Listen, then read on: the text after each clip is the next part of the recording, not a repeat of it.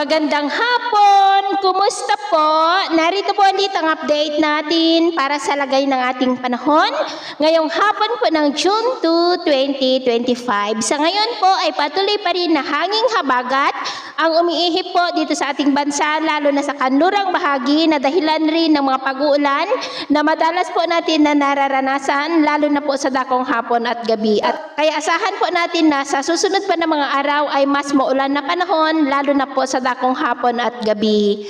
At ito naman ay pinapakita ng forecast model natin pong ginagamit hanggang po sa susunod na 2 linggo. At sa lagay ng ating panahon, ngayong hapon po ay nakakaranas ng maulap na kalangitan with isolated rains ang malaking bahagi ng Ilocos Region, Cordillera, ilang bahagi ng Cagayan Valley, Central Luzon, ilang bahagi po ng Metro Manila, Rizal, Laguna, Quezon, Mindoro Provinces, ilang bahagi ng Palawan, Panay Island, Negros, Cebu, Bohol, Leyte, Samar Provinces at malaking bahagi po ng Mindanao. At mamayang gabi, may mga pag-ulan pa rin sa ilang bahagi ng Northern Luzon, Central Luzon, lalo na po sa western section, southern part ng Quezon, Camarines Norte, ilang bahagi ng Occidental Mindoro, northern part ng Palawan, ilang bahagi ng Kabisayaan at malaking bahagi ng Mindanao. Kaya mag-ingat po tayo dahil posible pa rin ang mga banta po ng mga pagbaha at pagguho ng lupa.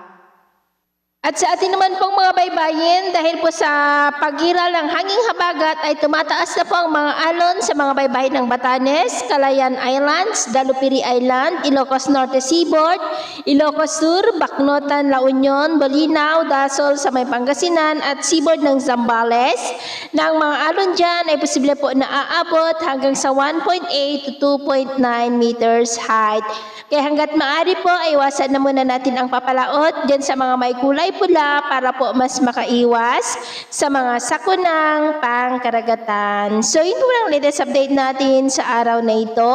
At ako po muli si James na nagsasabing sa kahit anong pagsubok po na darating sa ating buhay, huwag na huwag po tayong mawawalan ng pag-asa. Thank you and God bless!